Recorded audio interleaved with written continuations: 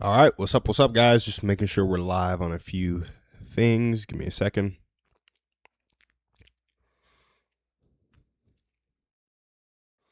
Give me a second. Give me a second.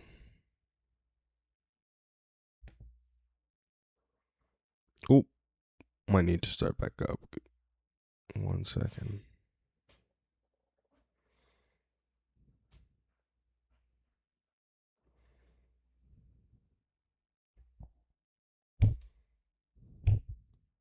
Okay, we're live. We're live. Yep, we're live everywhere. We're good to go.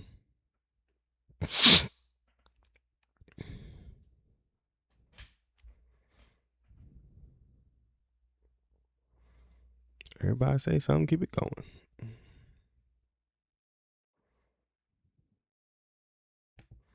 Okay, so we got backyard football going. Taking that off. That's how I focus myself, guys. I have the document called Backyard Football, and it's because Alex Hormozy was like, he was talking about how life needs to be simple sometimes, and he was basically like, in one of his books, a business person who was more experienced than he was at the time, probably still to this day was looking at him and say, too many people try to be cute. We want to play backyard football. Two fat guys down the middle running the ball. And so I try to simplify my life when I start to get too complex up here. Because I just yesterday, and then I'll jump into the actual stream for you guys. But I was thinking I have $1,500 a month and like 20 to 30 hours a week. But all of that is split between advertising for poop scooping, trying to make shorts, trying to make longs, trying to make this stream good. Like, how should I funnel all this? How should I prioritize all this to focus my resources to get more impact out of this stuff? And so, 1 second. Gotta start the recordings. And so that's really what I was looking at. I was like, how do I prioritize all the things that are splitting my attention so that I can improve the most and get the most leverage on showing up for you guys here every morning and like trying to make content, trying to think about viral content. And basically I realized my bandwidth right now is pretty tapped with streams, and this is a more interactive experience. So I was basically between, I could go straight to paid ads for a community offer, which has higher CPMs because of, people don't know me very well, so the marketing doesn't perform as well, versus advertising the stream or advertising long. So I can spend my $1,500 and 30 hours a week on creating really good longs, really good streams, or a really good paid offer that gets me some cash flow so I can invest in that stuff later. So I basically made the decision to go all in on streaming because it's the best for community, the best for interacting with you guys, and the best for building like 50 fans, 100 fans, because that's really all I need to get this thing going. I need 50, 100, 150 relationships. And then from those relationships, some of these people will want to do community challenges with me to create longs. And then as the top of the funnel grows, some people will want to convert into my matchmaking thing. And I might find that I can get more people for community than dog parent community. And then I have to make two kind of matchmaking services, one for dog parents and one for people who just want to live in community. And so these are all the things that I'm thinking about. Just, I don't know, really just trying to put on better content for you guys and be able to spend more time on this so I can build more community. Like that's really what I'm here about, because loneliness is an epidemic and we're here fighting it one call at a time. So that's a little bit what I got for you guys on what I've been thinking. And that's why I had my backyard football thing up. I was also kind of planning out Facebook ads, so on and so forth. And videos like Mr. Beast is another document I have up. And then just my stream segments, long ideas, so on and so forth. We're going to refresh restream though, so we make sure we know. Oh no, we're good to go on there when chats are coming in, because we want to be able to see the chats. We're also going to take a second and look at the market, because I was so engrossed in what I was doing, creating the next ad. So basically, guys, I picked streaming for community purposes, which means we're going to be spending $1,500 a month on ads, and maybe $1,000, and I might still test 500 with a paid offer, because getting cash flow now is always good. But we're going to be running the majority of our ads and the majority of our time on growing this stream, which means we're going to be running ads to get a list of people who want to come onto the stream and giving $100 giveaway every month for people who call in. We want to incentivize call-ins so we have a more interactive stream, so we have more engaging shorts, so we have a better community. And so we're just building something. We're building something. And we're just going to hit that until the funnel starts to get too big to not monetize. So there you have it. I'm going to take a second. I'm going to look at the charts, guys. We're going to take a look at the hour chart. Let's see what we got here. The first thing I see is a huge bullish fair value gap and a huge bearish fair value gap. So we have a bearish fair value gap yesterday at 7 a.m., but we can disqualify that because we tapped into it at 9 a.m., which is crazy because I was so confused as to what was happening. Yeah, remember when I was like, oh, it might go to this other low yesterday? It ended up going to that other low and then coming into the fair value gap it created. So the concepts held yesterday, just not at not from 7 to 8 a.m., just 8 and 9 is when you got some good trades going. Then after that, so we used that fair value gap already to go lower, and we took a low. So we used that fair value gap. We took a low. So from external back to internal, we're looking for an order block. We disrespected a bearish order block and created a bullish fair value gap. So now we're kind of looking at a CISD, honestly. Bullish fair value gap, change in state of delivery because we took a high as well. And we took a second high, actually. So now, really what I'm looking for is, oh, and it's already dropped back into the fair value gap at 7 p.m. yesterday. And it's gone up to take a high already. And let's see. So we've taken a high. So we're going back into internal, which here's an order block that was created.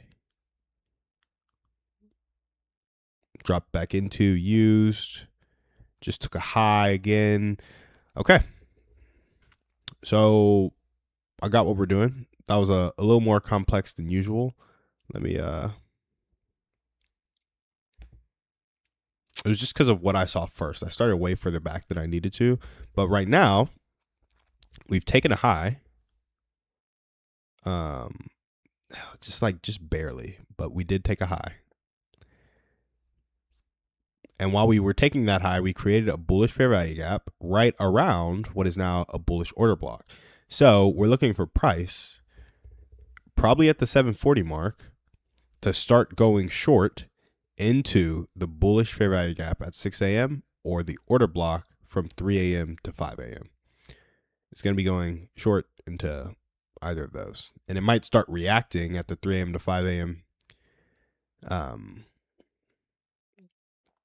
Order block. But what's cool about this, so we'll keep our eye on it. We'll really start looking for a trade around 7:30. What's cool about this is the order block, the 25% mark of the order block is going to be right alongside the fair value gap. So I imagine this is going to be a pretty potent tap into the order block in the fair value gap and then move up. So lucky for you guys who are trading from 8 to 10 because you'll probably catch the move up, but I will have to catch the short into it. Okay. So 23% of the order block is right above the consequent encroachment of the fair value gap, or maybe right at the consequent encroachment of the fair value gap. So I think we have a pretty good trade going long out of this, but I'm going to be taking it short back into all that. And so hopefully it doesn't collapse this fair value gap before 8 o'clock, and it just starts heading that way at around 7:40, 7:35. And that's when I'll be taking the trade. So for the next 25 minutes, I'll just be focused on you guys and the stream. Yeah, so that's the market analysis. Got to make sure I'm off do not disturb. So guys, we do a few things on this stream. We're here to help people feel connected, and we're here to help people laugh. We help people feel connected on the stream by answering their questions on community and answering their questions on communication. That's what we do on stream. In real life, we have a dog parent community here in Austin that has a free Facebook group that we try to do one event a month. And in addition to that free Facebook group, we have a matchmaking service that we're planning to start free and kind of paid and grow it from there. But yeah, we're matching people up and running events for people to help them get space to connect in real life. We need to get better at running events and facilitating connection at these events, but that's what we do right now. We also on stream like to hear people's dog poop horror stories or their favorite stories about their dog to get a heartwarming aw or a laugh kind of early in the morning so you can start your day a bit more encouraged. That's what we're trying to do on stream. So helping people get connected, helping people laugh.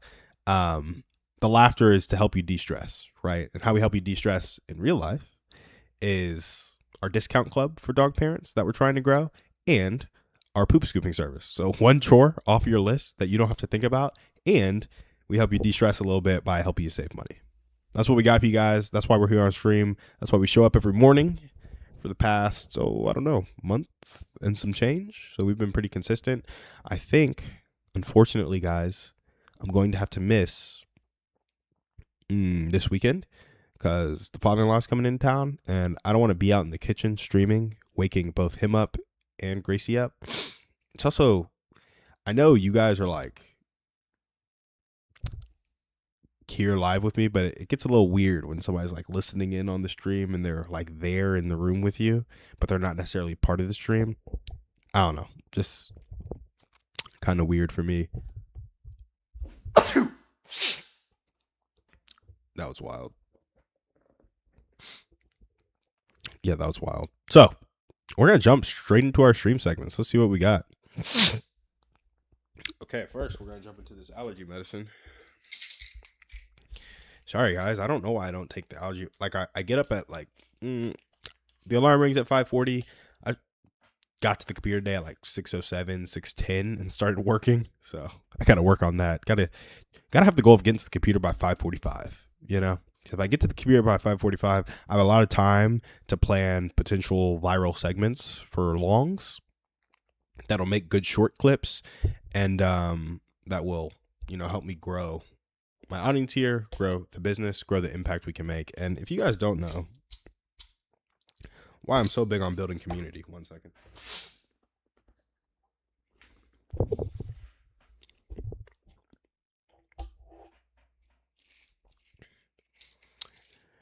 It's a few reasons. One, community's epic. Too many people are lonely in the world. I want to help fix that. Two, after we fix loneliness, which this is not after we fix loneliness. There's always going to be people that are lonely, but I just want to be a part of welcoming people into my life and loving them well. There's a bunch of people who are struggling financially in life. And we were talking about this a little bit with Jessica and the SNAP benefits and everything that's going on there. I don't make this political, but what I do make it is kind. If people need food and we have food, it just makes me think of James too. Oh, now you guys got me on some scripture. I'm reading James for you now. Give me a second. If you don't like scripture, I'm sorry. But this is facts. Just listen to this. Act like it's... Just listen. Here we go. Faith without works is dead. If a brother or sister is poorly clothed and lacking in food daily, this is James 2:15, ESV version. And one of you says to them, go in peace, be warmed and filled, without giving them the things needed for the body. What good is that? Right there in the Bible. If somebody is poorly clothed and lacking in daily food, and one of you says to them, go in peace and be warmed and filled, you have good intent, like you're blessing them, but you're ignoring their need. Because without giving them the things needed for the body, what good is that? And I think a lot of us have surplus resources and just aren't proximate enough to actual issues to care enough to use our surplus resources to help people. Like, I think another thing that kind of irks me is some people take the stance of like, why don't billionaires give 50% of their wealth and they'll help so many people? And my rub isn't that with that question, because yes, they would. Money can solve a lot of problems. My biggest question is, We'll do some math. So you have 1 centibillionaire. Let's say it's $100 billion, which is a lot of money. Don't get me wrong. $100 billion. If you give away 50% of that one person's net worth, you get $50 billion, right?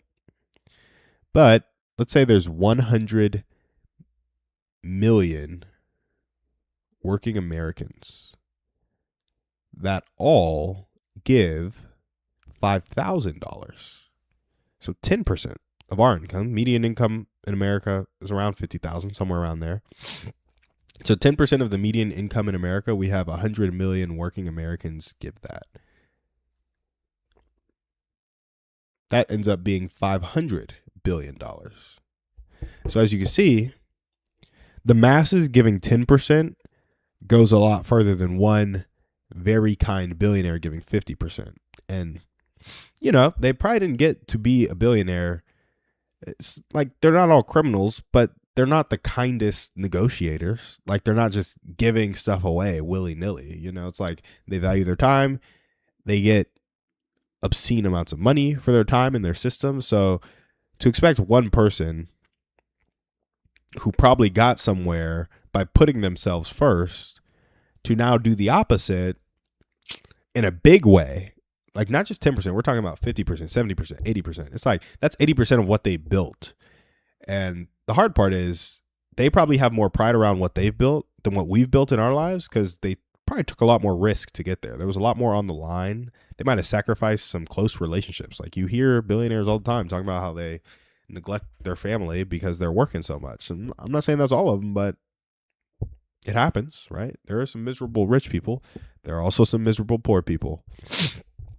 And so it just makes me think, like, what if instead of focusing on getting one person to give 50%, 70% of their wealth, we focus on getting 10 people around us to give 10 to 20%, to 30%, to 40%, and then slowly double, triple, quadruple the amount of resources we have over time by using our money smartly.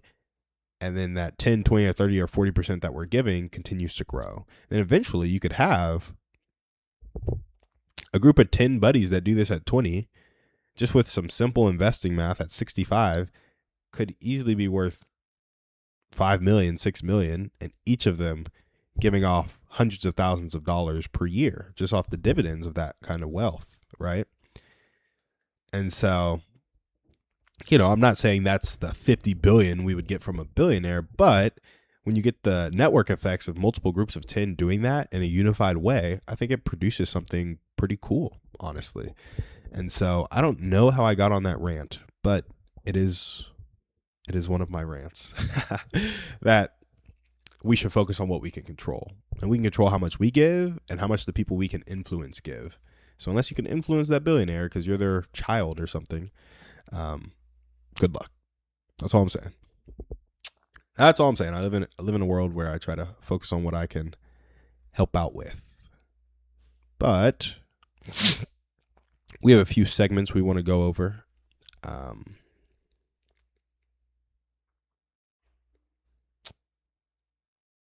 Ooh.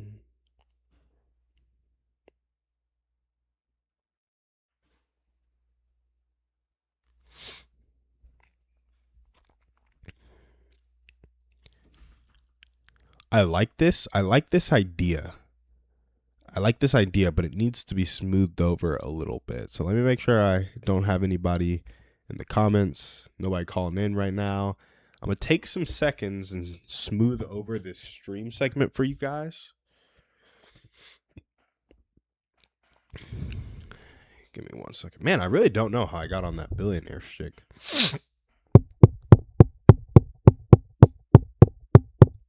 Oh, it was the purpose of why I'm doing everything.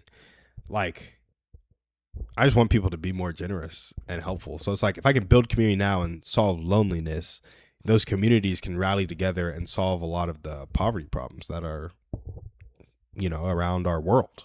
I'm like, we need collective generosity to solve those problems because I don't think there's a shortage of resources. So my goal is to be able to build community.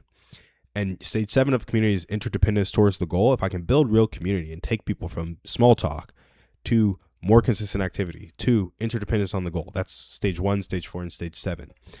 We'll be able to make that goal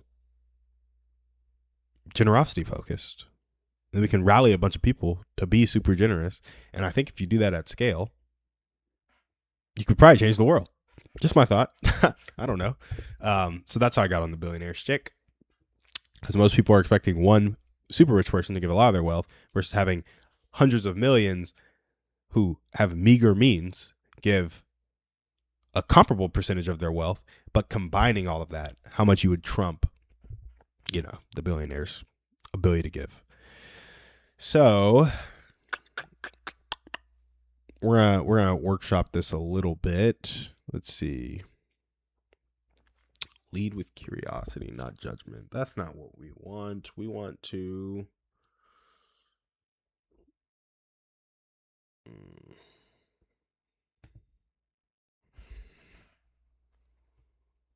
Oh yeah, I like that actually. Lead with curiosity, not judgment. If you focus on understanding people, it's easy to feel empathy about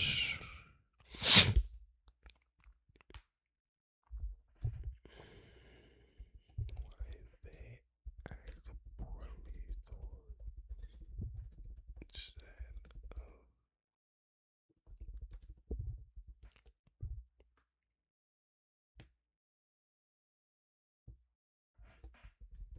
Once you understand people,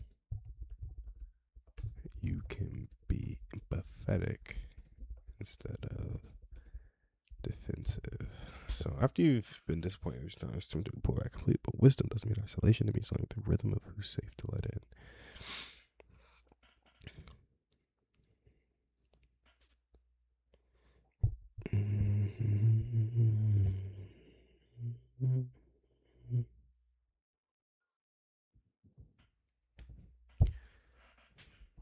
Lower your expectations so that you can give trust in gallons.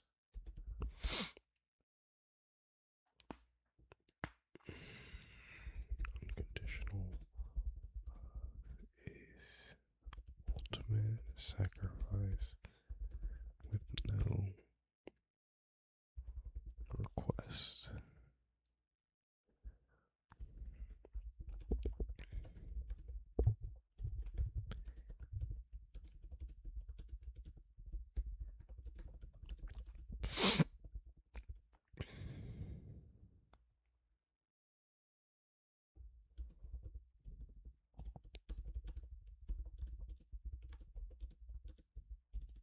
Yeah, I like this actually. Hold on, guys. We're cooking with heat. First, you want to lead with curiosity, not judgment. You want to lower your expectations so you can give trust in gallons, not ounces.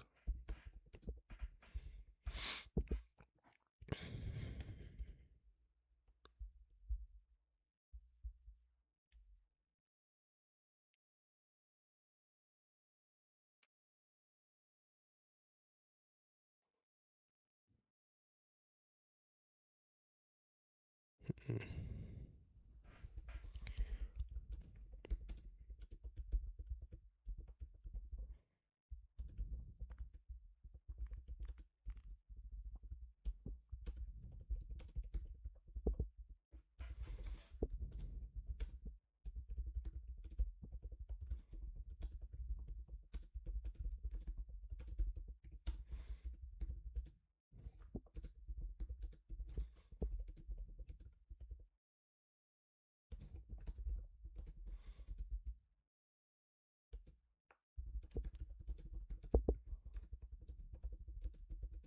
Be there for people.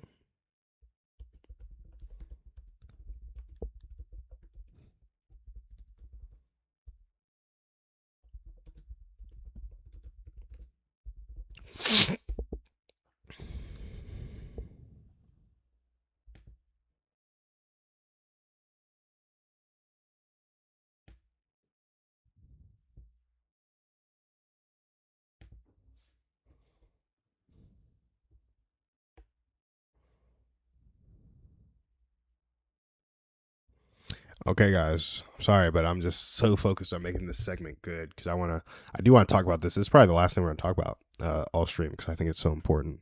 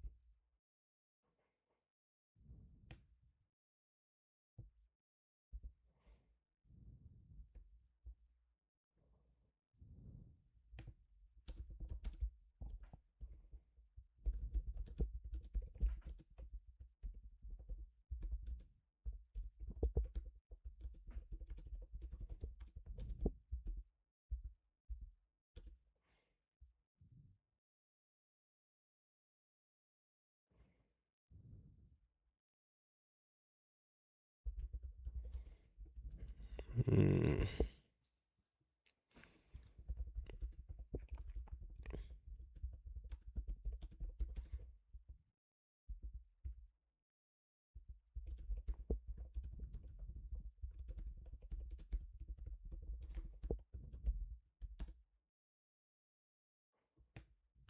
All right, we're going to try this. First, we need a better hook. The hook.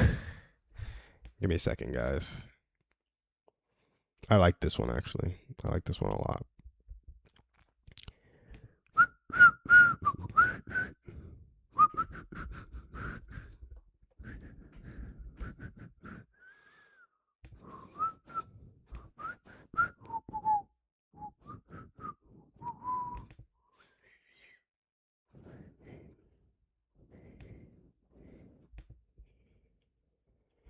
Oh my gosh.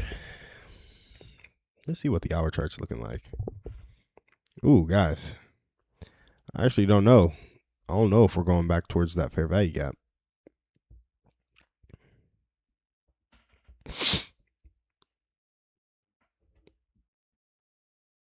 I don't know. We'll see. We'll see. It's 7:30 and that thing is going strong. It's starting to change a little bit.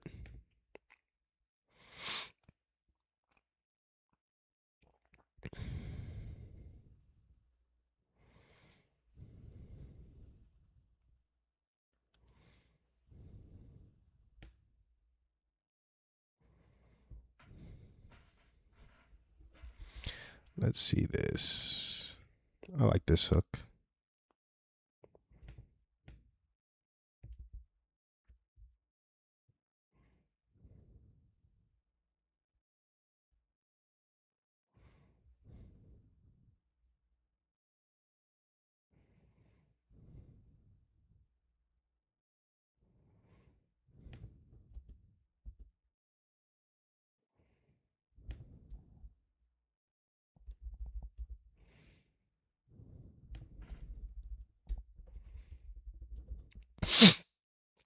Okay, here we go, guys. We're gonna try and run this real quick. Here we go. So, gotta text my VA. She'll kind of know, but it's like minute 28.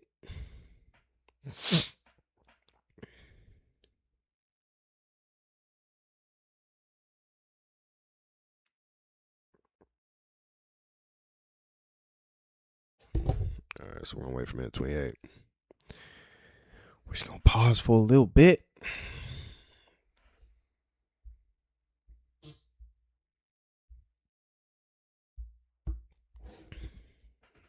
Just give me a second. Just a little. And we will learn to love again. All right, here we go. We're about to start this thing.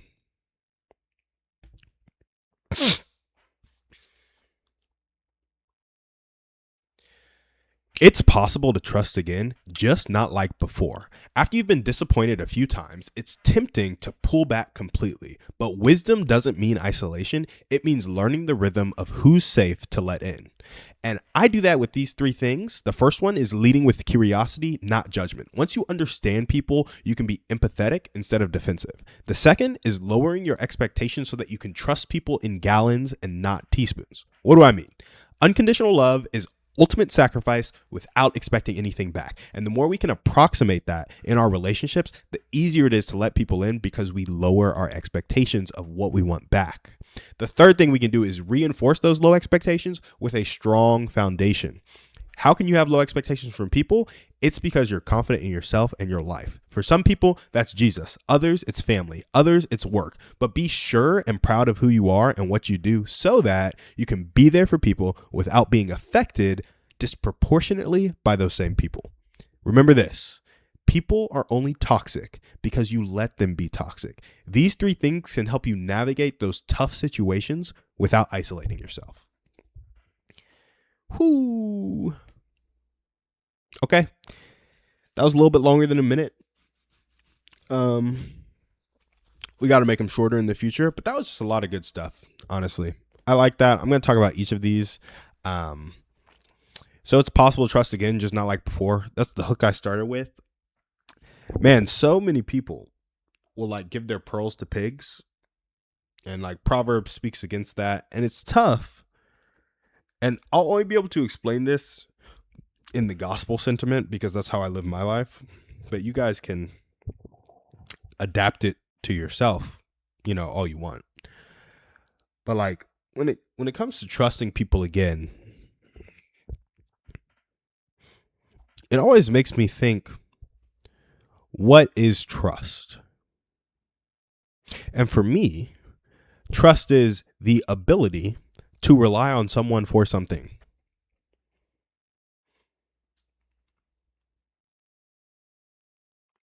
Which is interesting. That seems like an obvious statement, but let me tell you the nuanced version of that for me.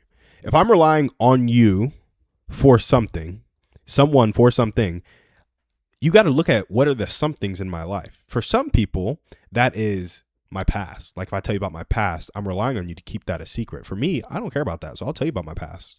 I don't care about my past because I know who I am in Christ. And so if I know he redeemed me, like my past has no power over me. So I can trust you with my past.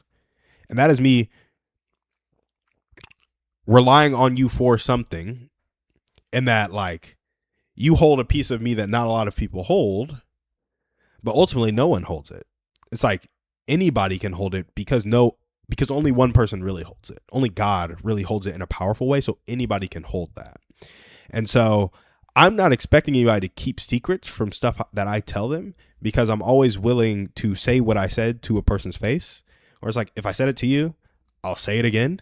And anything about my past doesn't have power over me. So that's one way I lowered my expectations. Some people might expect people to keep secrets.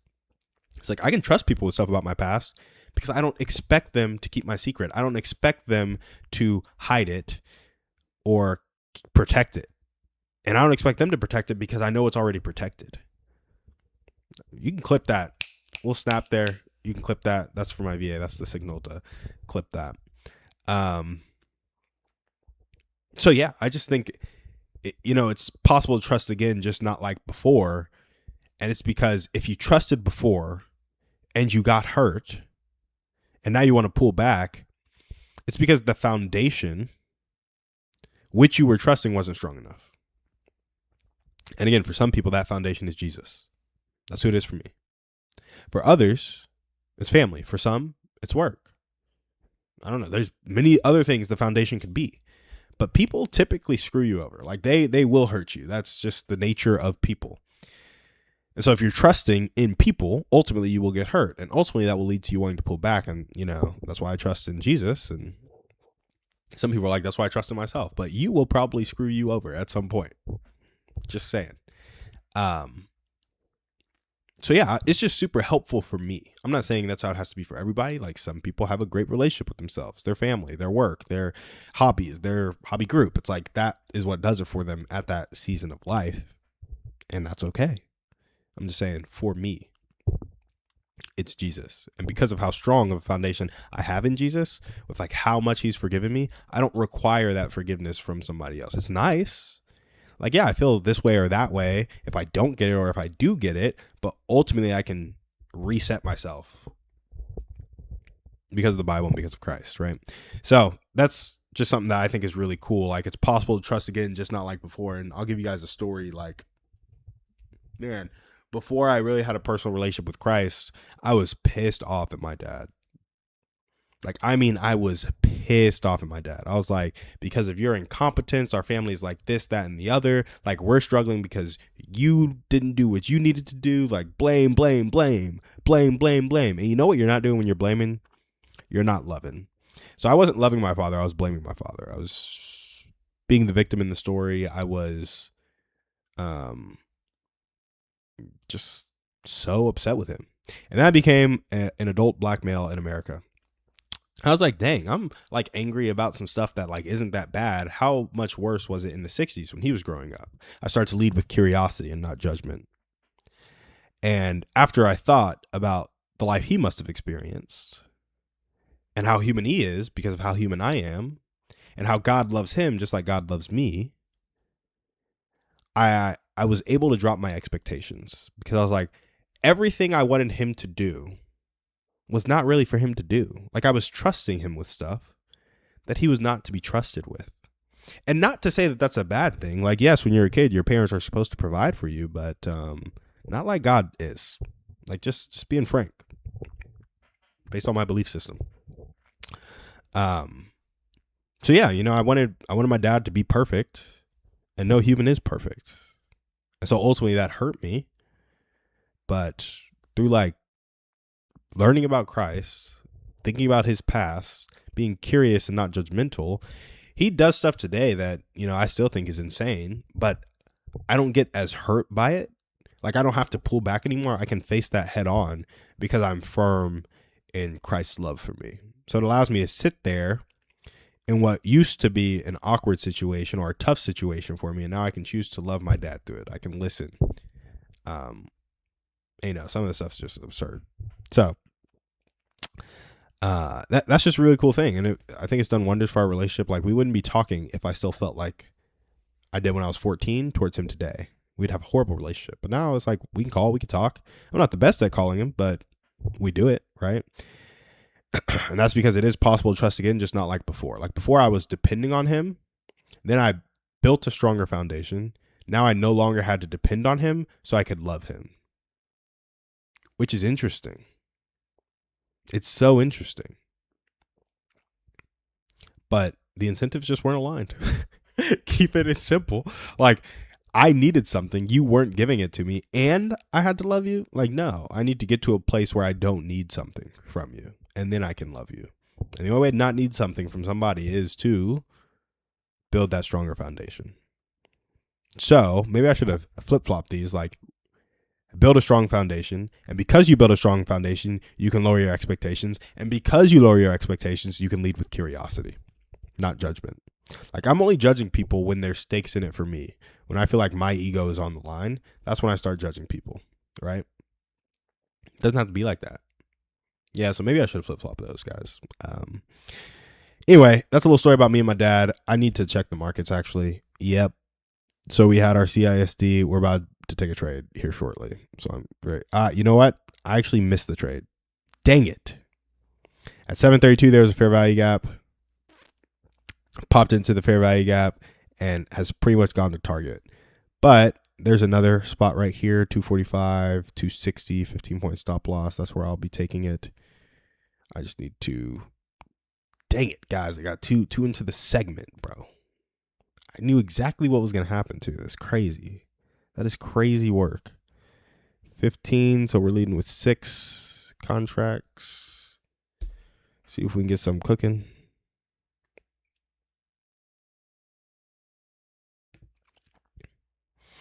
Gonna sell here. Yeah, that's a 15 banger. Let's see if it comes up to fill me. It probably won't, but it is what it is. Guys, I straight up I kid you not, could have entered at 254, stop loss at 269. That's another 15-point stop loss, but where is it right now? 223. Straight to frickin' 2R, boy. Straight to it. Oh my gosh, I can't believe it. I called it too. That's insanity. Y'all had me talking about the frickin' dang it. Oh. What was I even talking about? I don't even remember anymore. Leading with curiosity, not judgment. Trusting people again. I guess that's important stuff. Important enough to lose $400 when I could have talked about it in 5 minutes, though. I don't know about that. Yeah, if you're live, bro. If you're on here, I'm not tweaking, I promise.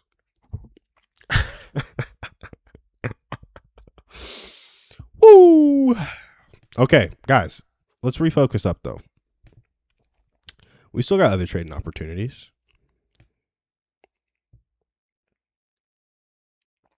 So the fair value gap is going to be at 209. Oh wow. I mean, we don't have our trading opportunities aren't that crazy.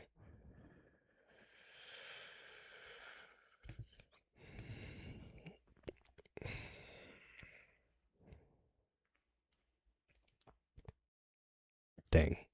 I mean, yeah, if it hits 226, we can take a trade there. I need to see. I need to hurry up and see actually, because this might pop up on me. So from this. Okay, yeah, so we can take a trade at 226. 226. Oop. 239, 13.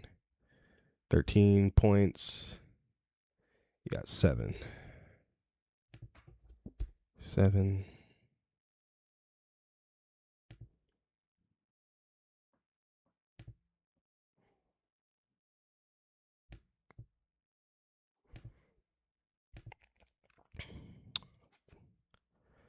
Got filled on a huge bar though.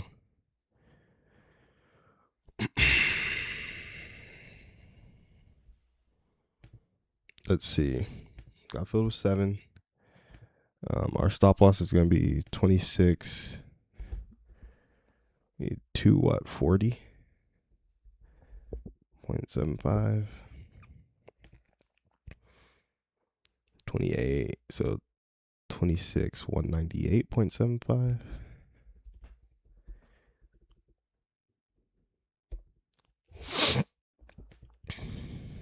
So we sold, so we're going to buy on these orders.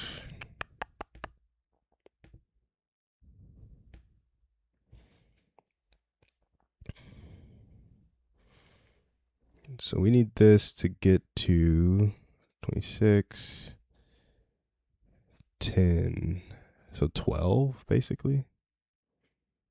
Yeah, so if it goes 3 more points, we'll be at break even, which will be good.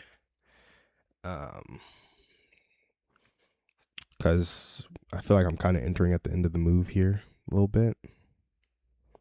So it'd be nice to be safe on break even after a good push down.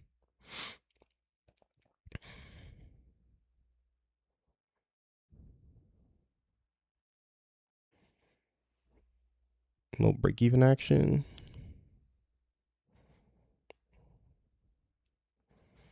All right, guys, I'm just going to start journaling the trade because me looking at it ain't going to change how it performs. Imagine that, huh? Oh my gosh, I said I was not on Do Not Disturb, but I sure was on Do Not Disturb.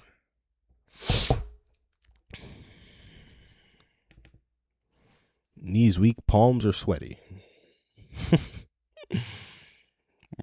Pop open a set at 20. This is our 4th set.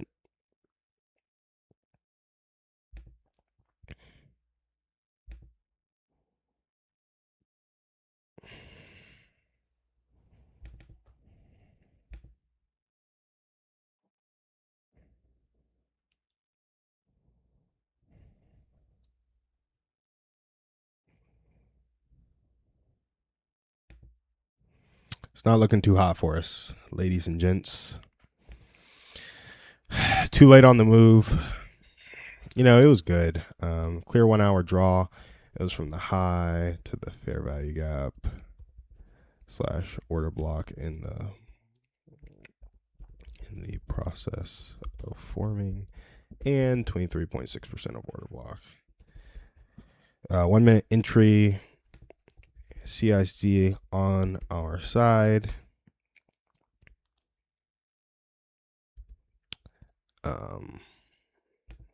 One mistake, move already happened. Entered late. It wasn't really a mistake, but it's just a note I want to have. And we entered when it was in the premium because we're shorting. Where did we enter at? I think it was 226. Let's see.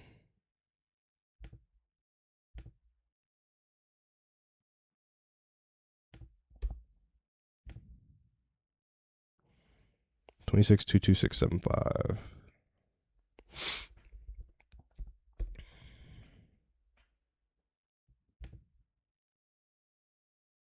$7:42 a.m.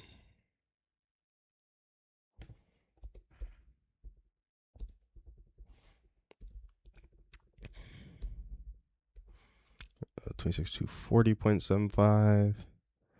26,198.75. Now we're gonna get trading view up. Let's see. Oh, this is trade 7.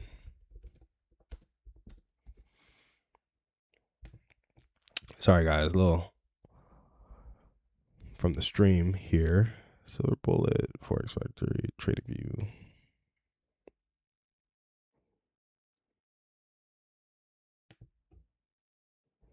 A little overextended on this one, guys, honestly. And we had missed the winner. The concepts work, though. That is for sure.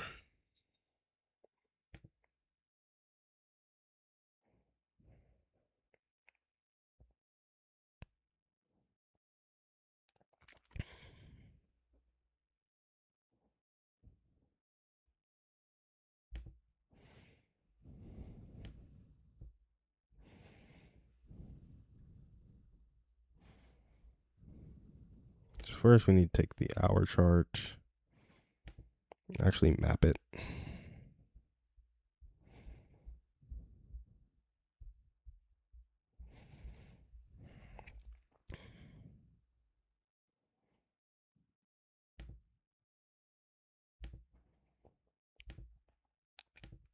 So this was the high sweep.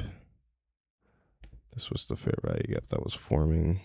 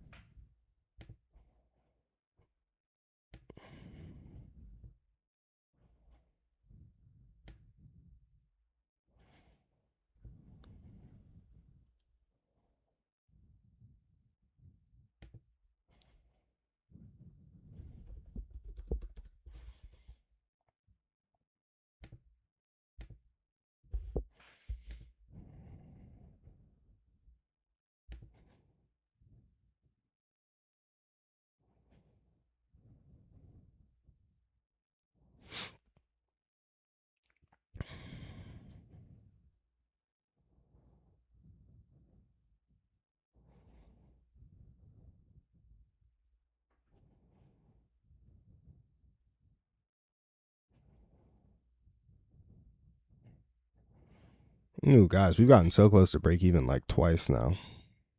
See if we can finally make that push.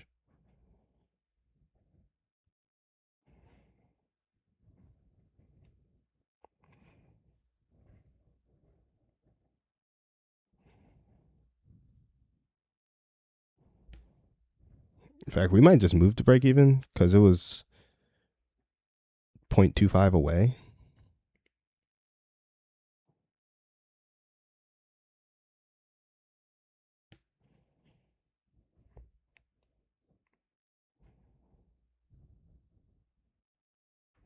Yeah, I think I'm making the call.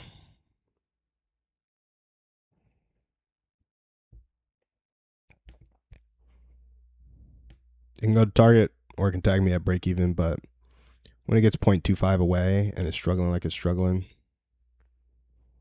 I ain't about it. So now on the 1 minute, we need to go in here. First, I gotta delete all this 1 hour stuff.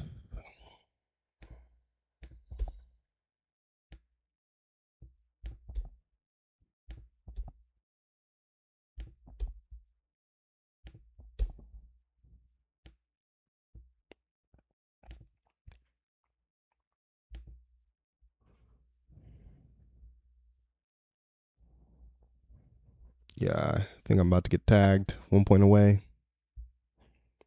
Yeah, just got tagged. Totally fine.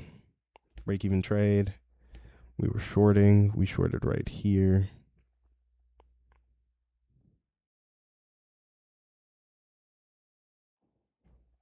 I wonder if it goes on to win.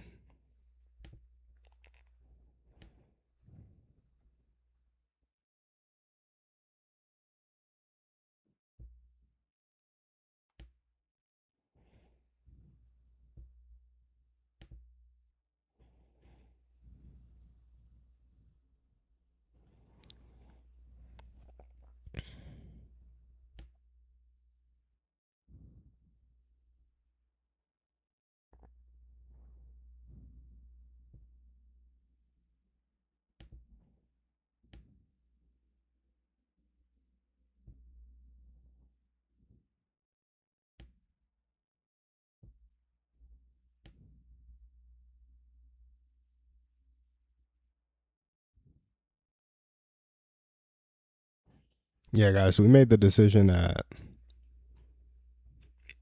0.88R to go to break even.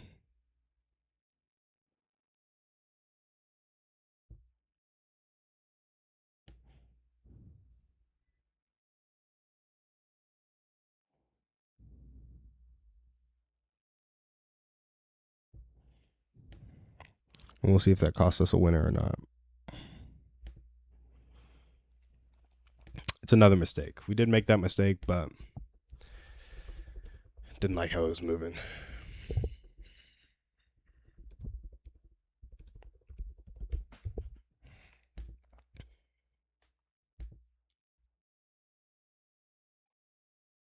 Okay.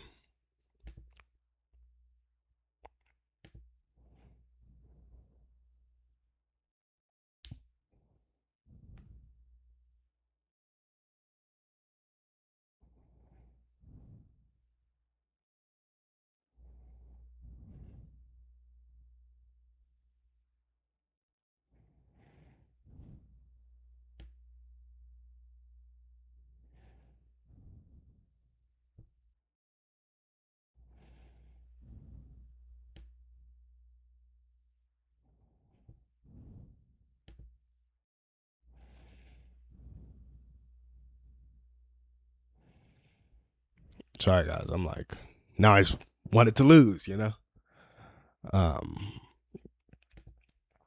Okay, we're going to keep journaling this. Oh, no, we're going to wait now. Woo, buddy. It is going. This is why you trust the concepts. We'll see, though. That almost just moved to 1R again. Okay, back to the stream segment a little bit.